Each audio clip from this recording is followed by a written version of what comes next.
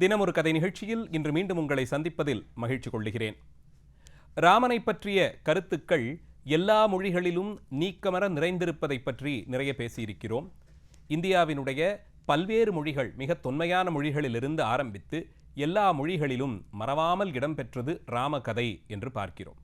இன்றைய காலகட்டத்திலே கணினிமயமாக்கப்பட்டு அதிலே கதை சொல்லும் பாங்கிலும் திரைப்படங்கள் தயாரிக்கப்படும் நிலையில் கூட ராமாயணத்தை விடுத்து அந்த காலத்தினுடைய இலக்கியத்தை அங்கே சென்று பார்த்துவிட முடியாது என்றும் அளவிற்கு நவீனமயமாக்கப்பட்ட சூழலிலும் ராமன் இன்னும் சிறப்போடவே எத்தனை முறை கேட்டாலும் இதுதான் ஏற்கனவே படித்து விட்டோமே, கேட்டு விட்டோமே என்று தள்ள முடியாத சிறப்போடு ராமகதை இருந்து வருவதை பார்க்கிறோம். தமிழ் இலக்கிய வரலாறு சங்ககாலத்திலிருந்து தொடங்கும். சங்ககாலம், அதை தொடர்ந்து சங்கம் மருவிய காலமாக இருக்கக்கூடிய ஐம்பெருங்காப்பியங்களான சிலம்பு, மணிமேகலை இவைகளெல்லாம் தோன்றிய காலம். அதை தொடர்ந்து உடனே நமக்கு பக்தி இலக்கிய காலம். அதையும் தொடர்ந்து நமக்கு 10ஆம் நூற்றாண்டிற்கு பிறகு பல்வேறு இலக்கியங்கள், பெருங்காப்பியங்கள் எல்லாம் எழுதப்பட்ட காலம். அதற்கு பிறகு இன்னும் பெரிய புராணம், நளவெண்பா, கம்பராமாயணம் இந்த மாதிரியான பெரிய நூல்களெல்லாம் எழுதப்பட்ட காலம். அதைத் தொடர்ந்து அருணகிரிநாதர், இப்படி வழி வழியாக தொடர்ந்து நமக்கு சென்ற நூற்றாண்டின் புலவர்கள் வரையிலுமாய் பல்வேறு அறிஞர்கள், பல்வேறு தமிழ் புலவர்கள் தமிழன்னைக்கு அழகு சேர்க்கும் விதமாக பல பல தலைப்புகளிலே, பல்வேறு யாப்புகளிலே நூல்கள் பாடுவதை, அதையும் இயலும் இசையும் நாடகமுமாய் முத்தமிழிலும் வைத்து பாடக்கூடிய மரபிலே ராமன் தொடக்க காலமாய் விளங்கக்கூடிய சங்க இலக்கிய காலத்திலிருந்து பேசப்படுகிறான். ராமாயணத்தை, ராமகதையை நெடுமொழி என்று சொல்லுவதால் அது மிகவும் தொன்மையானது, பன்னெடுங்காலமாக இங்கே வழக்கத்தில் இருந்து வந்ததுதான் ராமகதை என்று அறிய முடிகிறது. அதைத் தொடர்ந்து ராமனை பற்றிய குறிப்புகளும், ராமன் வழியிலே வந்த சிபி சக்கரவர்த்தி போன்றவர்களுடைய குறிப்புகளும் நமக்கு சங்கப்பாடல்களிலே இருக்க பார்க்கிறோம். அதுவும் கடலை அடைத்து பாலம் கட்டி இலங்கைக்கு சென்ற சிறப்பையெல்லாம் பாடுவதை பழந்தமிழ் நூல்கள் இங்கே மிகச்சிறப்பாக எடுத்துச் சொல்லுகின்றன. சங்ககாலத்தை தொடர்ந்து நமக்கு அடுத்ததாக வந்தது சங்கம் மருவிய காலமாய் இருக்கக்கூடிய காப்பிய காலம். பெருங்காப்பியங்களான சிலம்பு, மணிமேகலை, வளையாபதி, குண்டலகேசி, சீவக சிந்தாமணி என்று ஐம்பெருங்காப்பியங்களும் அதேபோல ஐஞ்சிறுங்காப்பியங்களெல்லாம் எழுதப்பட்ட காலம். காப்பிய அமைப்பு என்பது சங்க பாடல் மரபிலிருந்து இன்னும் செழுமையாக்கப்பட்டது. அந்த காலத்திலே எழுந்த நூல்களில் சிலம்பும் மணிமேகலையும் மிகச்சிறந்த நூல்களாக கொண்டாடப்படுகின்றன. மிக நீளமான நூல்களும் கூட. அவை உரையிடையிட்ட பாட்டுடை செய்யுளாக இருக்கின்றன. அதிலே சிலம்பில், சிலப்பதிகாரத்தில் ராமன் தன்னுடைய மனைவியை பிரிந்து கானகத்திலே துன்பப்பட்டு உழன்ற அந்த கதை சொல்லப்படுகிறது. காதலியை பிரிந்து அவன் கானகத்திலே உழன்றான் என்பன போன்ற குறிப்புகள் மிக தெளிவாகவே ராமாயண கதையை பற்றியும், ராமன் என்ற அந்த நிலையில் இருந்தவன், அவருடைய மனைவியாக சீதை, இவர்கள் இருவரும் வினைப்பயனால் பிரிந்து போக அதனால் ராமன் அடைந்த துன்பம் என்பதை தெரிவுபடுத்துகிறது. அதனால் ராமன் ஏதோ மனித பிறவியோ என்று எடுத்துக்கொண்டு பார்த்தால் இல்லை, வேதத்திற்கு அதிபதியாக இடப்பட்டிருக்கும் பிரம்மனுக்கும் தலைவனாகவே ராமன் அறியப்படுகிறான். அதையும் இங்கே நமக்கு காப்பிய காலத்திலே தெளிவுபடுத்தி விடுகிறார்கள். அப்படியென்றால் ராமனை மனித பிறவியாக ஏதோ இங்கே ஒரு நிலையில் பிறந்து இங்கே பிறந்து இறந்தவன் என்ற நிலையில் பாராது, திருமால், காக்கும் தெய்வமான திருமால் அவதாரமாக இறங்கி வந்து நம்மிடையே வாழ்வது போல் வாழ்ந்து நல்லது கெட்டது என்ன என்பதை பிரித்து பார்க்கும் தன்மையையும், எந்த நிலையிலும் எந்தவிதமான இக்கட்டிலும் தர்மத்திலிருந்து பிறழாத ஒரு வாழ்க்கை வாழ்பவன் அடையக்கூடிய சிறப்பையும் வலியுறுத்தி செல்லுகிறார். அந்த விதத்தில் ராமாயணத்தினுடைய சிறப்பை நமக்கு காலந்தொடங்கியதிலிருந்து, வரலாற்று காலம், தமிழ் இலக்கியத்தினுடைய தொடக்கத்திலிருந்து பேசப்பட்டு வருவதை பார்க்க முடிகிறது. அடுத்து ராமனுடைய பெருமையை சிலம்பு மிக அழகாக ஆய்ச்சியர் குரவை என்றழைக்கப்படும் பகுதி. காவுந்தி அடிகள் கண்ணகியை அழைத்து கொண்டு மதுரைக்கு போய், கண்ணகி கோவலன் இருவரோடும் மதுரையினுடைய புறநகர் பகுதியை அடைந்தார்கள். அங்கே இந்த ஊருக்கு வெளியே ஆய்ச்சியர்கள் வாழக்கூடிய பகுதி. அங்கே கண்ணகியையும் கோவலனையும் அவர்களிடத்தே விட்டுவிட்டு காவுந்தி அடிகள் மேலே அவளுடைய யாத்திரையை தொடர்கிறாள். அந்த நிலையில் ஆய்ச்சியர்களான பெண்கள் எல்லாம் அன்று மாலை திருமால், தங்கள் குலதெய்வமான திருமாலினுடைய சிறப்பை பாடி ஆடுவது போலே ஒரு குரவை கூத்து ஆடுகிறார்கள். அதை வைத்துக்கொண்டு இளங்கோவடிகள் ஆழ்வார்கள் சொன்ன கருத்துக்களை எல்லாம் பாடுவது போலே, இன்னும் சொல்ல போனால் ஆழ்வார் காலத்துக்கு முந்தையவராக அவரை கொண்டால் ஆழ்வார்களுக்கு முன்னோடி போலவே பாடியிருக்கிறார் என்று சொல்லலாம். அப்படி பக்தியிலே தோய்ந்து ஆழ்வார்கள் குரலை போலே இங்கே பாடுகிறார். அதிலே மூவுலகும் ஈரடியால் முறை நிரம்ப வடைமுடிய தம்பி உடன் பிறந்தவனான லக்குமணனோடு சேர்ந்து கானகத்திற்கு சென்று ராமன் அங்கே இருந்த நிலையெல்லாம் எடுத்துச் சொல்லி, தாவிய சேவடி இந்த திருவிக்ரம அவதாரத்தை சொல்லக்கூடிய பகுதி, அப்படியான அந்த திருவடிகள்தான் உலகையே 2 அடிகளால் அளந்து முடித்து, வானத்தையும் பூமியையும் 2 அடியால் அளந்து முடித்த அந்த திருவடிகள்தான் தம்பியோடு சேர்ந்து ராவணனை கொல்வதற்காக வேண்டி மனைவியை பிரிந்த துயரத்திலே காட்டிலே நடந்தது என்று பார்க்கிறோம். கல்லிலும் முள்ளிலுமாக நடந்து போனார் என்று பார்க்கிறோம். அப்போ ஒரு தெய்வ வடிவம்தான், தெய்வாம்சம் பொருந்தியவர்தான், திருமாலின் அவதாரம்தான். ஆனால் இங்கே வாழும் காலத்தில் நம்மில் ஒருவர் போலே வாழ்ந்தார் என்று சொல்லும் விதமாய் அமைந்திருக்க நமக்கு சிலப்பதிகாரத்திலே இளங்கோவடிகள் வைத்து பாடுகிறார். அவர் இன்னும் சொல்லப்போனால் சமண சமயத்தவர் என்று பிரபலமான ஒரு நம்பிக்கை உண்டு. அவர் கூட ராமனுடைய சிறப்பை பாடாமல் நகர முடியவில்லை. அவர் அதை பதிவு செய்கிறார். அதே போலே குரங்குகளை கொண்டு அங்கே ஒரு பாலம் கட்டி கடலை அடைத்த நிலையை, முன்னீர் கடலை அங்கே குரங்குகளை கொண்டு நெடுங்குன்றம் என்று சொல்லுவது போலே மலைப்பாறைகளை உருட்டி கொண்டு போய் கடலிலே இட்டு அவைகளை கொண்டு கடலை அடைத்து பாலம் கட்டிய செய்தியையும் மணிமேகலை காப்பியம் பாடுகிறது. இப்படி தமிழன்னைக்கு அழகு சேர்க்கும் 50 காப்பியங்களில் இருக்கும் 2 முக்கியமான காப்பியங்களும் ராமனுடைய சிறப்புகளை அழகாக சொல்லுகின்றன. அதைத் தொடர்ந்து நமக்கு பக்தி இலக்கிய காலம். சைவ சமயத்திலே நமக்கு ஆச்சாரியர்கள் எல்லாம் தோன்றி, சமயாச்சாரியர்கள் தோன்றி தேவாரம், திருவாசகம் முதலிய நூல்களை பாடுகிறார்கள். அந்த காலகட்டத்திலே ராமனுடைய சிறப்பை தேவாரத்தில் ஞானசம்பந்த பெருமானும் அப்பரடிகளும், இன்னும் சொல்லப்போனால் அப்பரடிகள் ராமனை ஒரு பெரும் சிவபக்தனாகத்தான் பாடுகிறார்.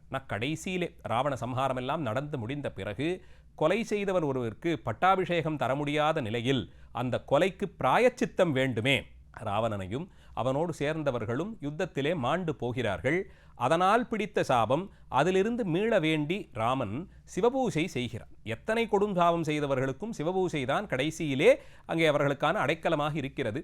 அதனால் புண்ணிய பூமியான இந்திய பாரத தேசத்திற்குள்ளே வந்ததும், கடலை கடந்து இலங்கையை கடந்து இங்கே வந்து சேர்ந்ததும், புஷ்பக விமானம் இறங்கிய இடத்திலேயே கடற்கரையிலேயே அன்னை சீதையோடு கூடியிருந்து ராமன் அங்கே சிவபூசை செய்தான். திருவிராமேச்சரம் என்ற தலத்திலே, பாண்டிய நாட்டில் பாடல் பெற்று விளங்கக்கூடிய தலம், இந்தியாவினுடைய தென்னலையை காத்து தருவதாய் அமைந்திருக்கக்கூடிய தலம். காசி ராமேஸ்வரம் என்று வடக்கையும் தெற்கையும் ஒருங்கிணைக்கக்கூடிய அந்த அமைப்பு. அதிலே ராமேஸ்வரம் தலத்திலே ராமன் இறைவனை, சிவபெருமானை பரம்பொருளாய் உணர்ந்து அங்கே சிவலிங்க பிரதிஷ்டை செய்து வழிபட்டார் என்பதை சொல்லுகிறார். இன்னும் ராமாயணத்திலேயே கூட வால்மீகி முனிவர் ராமனுடைய வாக்காக அந்த இடத்தில் சீதைக்கு அந்த இடத்தை காண்பித்து கொடுத்து, இந்த இடத்திலிருந்து பாலம் கட்டுவதற்கு தேவர்களுக்கெல்லாம் தலைவனான மகாதேவன், அதனால்தான் தேவர்களாக நான்முகன் திருமால் எல்லோரும் நின்றுவிட சிவபெருமான் மகாதேவனாக, தேவாதி தேவனாக இருப்பதை பார்க்கிறோம். அந்த வாக்கை ராமனை கொண்டே சொல்லுகிறான் வால்மீகி பகவான். அவர் ராமர் வாக்காலேயே, மகாதேவரான இறைவனுடைய அருளாலே நான் இந்த இடத்தில் பாலம் கட்டினேன் என்று சீதைக்கு சொல்லும் விதமாக அமைந்த அந்த ராமேஸ்வரம் தலத்திலே அவர் சிவபூசை செய்த சிறப்பை அப்பர் பெருமான் திருவிராமேஸ்வரம் பதிகத்திலே பாடுகிறார். ஜடாயு அவர் நாள்தோறும் மலர் பறித்து கொண்டு போய் புள்ளிருக்கு வேளூர் என்று அழைக்கப்படும் வைத்தீஸ்வரன் கோயிலில் இருக்கக்கூடிய பெருமானுக்கு புட்பத்தொண்டு, மலர் தொண்டாற்றிய சிறப்பை அந்த புள்ளிருக்கு வேளூர் பதிகத்திலேயே ஞானசம்பந்த பெருமான் மிக அழகாக வைத்து பாடி, யோசனை போய் பூ கொணர்ந்து ஒரு நாளும் தவறாது அங்கே பூசை செய்த சிறப்பை பாடுகிறார். அப்படி ஜடாயு அவர் வழிபட்ட சிறப்பு என்று புள்ளிருக்கு வேளூர் தலத்திற்கு, அந்த தலத்தில்தான் ராவணனோடு அவர் போரிட்டு தன்னுடைய இறக்கைகள் வெட்டப்பட்ட நிலையிலே அங்கே குற்றுயிராய் கிடந்தவரை ராமன் பார்த்து தேற்றி அவருக்கு சம்ஸ்காரமெல்லாம் செய்தார் என்று அறியப்படும் திருத்தலம் புள்ளிருக்கு வேளூர் ஆகிற வைத்தீஸ்வரன் கோயில். இப்படி பதிகங்களிலே பல இடங்களிலும் ராமனும் சீதையுமாக இருந்த நிலை, ராமன் சிவபூசை செய்த நிலை, ராமாயணத்திலிருந்து சில காட்சிகளை எல்லாம் பாடுகிறார்கள். ஹனுமனை பற்றிய குறிப்புகள் உண்டு. வாலியை பெரும் சிவபக்தனாகவே காவியங்கள் பார்க்கிறோம். நமக்கு கிடைத்திருக்கக்கூடிய பாடல்களை வைத்து பார்த்தால் வாலி பெரும் சிவபக்தனாக இருக்கிறான். அதனால்தான் வாலீஸ்வரர் கோயில் என்று பல இடங்களில் இருப்பதை பார்க்க முடிகிறது. இப்படியெல்லாம் பக்தி இலக்கிய காலத்தில் சைவ திருமுறைகளில் வைணவ நிலைகளில் எடுத்துக்கொண்டால் நம்மாழ்வார் தொடக்கமாக அத்தனை பேரும் ராமனை அத்தனை தூரத்திற்கு கொண்டாடி இருக்கிறார்கள். நம்மாழ்வார் ஒரே அடியாக அடித்து விடுவார். கற்பார் ராமபிரானையல்லால் மற்றும் கற்பரோ, அவ்வளவுதான் கேள்வி. ராமனை தவிர கற்று தெரிந்து கொள்ளுவதற்கு இந்த உலகிலே வாழும் காலத்தில் கடைபிடிக்க வேண்டிய தர்மங்களுக்கு ராமனை தவிர வேறு யாரை படிக்க முடியும்? அவ்வளவுதான், அதோடு முடிந்து விட்டது. வேறு எதுவும் நாம் அறிய வேண்டியதில்லை, ராமனை அறிந்தால் போதும் என்பது ஆழ்வாருடைய வாக்கு. இதுபோல ஒவ்வொருவரும் எப்போதும் கண்ணன் கண்ணன் என்று வாழ்ந்து வந்தவர்கள் 2 பேர். ஒன்று பெரியாழ்வார், மற்றொன்று அவர் வளர்த்த மகளான ஆண்டாள். பெரியாழ்வார் மிகவும் வித்தியாசமான பாவனையிலே தன்னையே தான் ஹனுமானாக பாவித்து கொண்டு சீதையோடு பேசுவது போலே 11 பாடல்கள், இந்த முத்திரை மோதிரத்தை காண்பித்து கொடுத்து சீதைக்கும் ராமனுக்குமான தொடர்பையெல்லாம் அவர் எடுத்துச் சொல்லுவதாய் பாடல்கள்.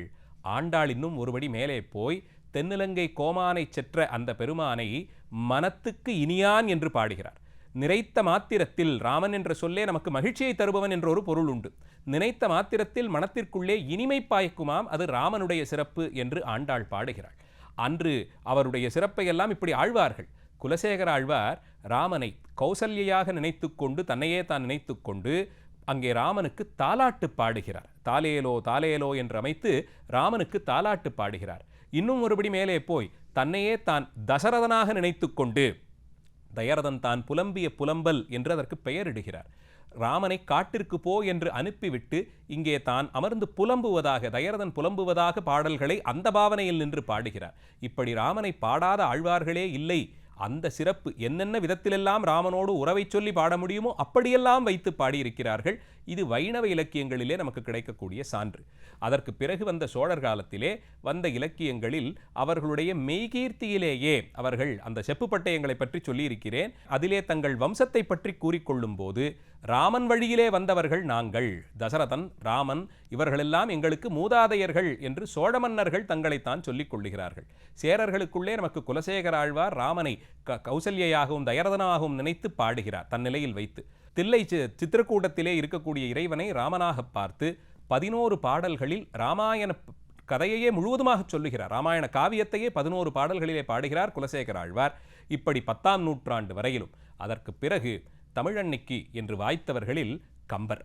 தமிழ் மொழியை இன்றும் உலகளவிலே கொண்டு சேர்த்த சிறப்பு கம்பநாடருக்கு உண்டு. கம்பநாட்டாழ்வார் என்பார்கள். அதிலே இருக்கக்கூடிய சொற்சுவையை சொல்லுவதா, பொருட்சுவைக்கு வீழ்வதா, அதில் இருக்கக்கூடிய அனுபவத்திலே ஈடுபடுவதா, எந்த பாடல் எடுத்து வாசித்தாலும் அதில் சிறப்பு இருப்பதாக எத்தனையோ தமிழறிஞர்கள் சென்ற நூற்றாண்டில் வாழ்ந்தவர்கள் கம்பனுக்கென்றே தங்கள் ஆயுசையும் கொடுத்தார்களே.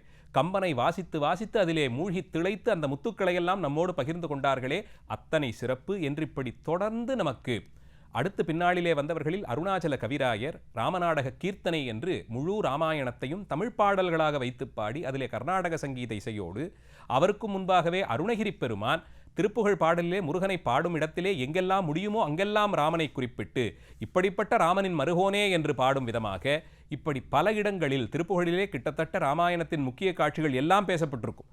திருப்புகழ் பாடல்களை வைத்துக்கொண்டே ராமாயணம் சொல்லலாம், அப்படி அமைந்த சிறப்பு என்று இப்படி அவரவர்களுடைய அந்த சமய நெறிக்குட்பட்டு சிவ வழிபாடு செய்பவர்களும் ராமனை தங்கள் இறைவனை வழிபட்டவர்களாக, சிவபெருமானை வழிபட்ட அடியாராக வைத்து பாடுவது என்ற நிலையில் யாராலும் கடந்து செல்ல முடியாத தன்மையோடு ராமன் சிறப்பு சென்ற திசையிலெல்லாம் உண்டு.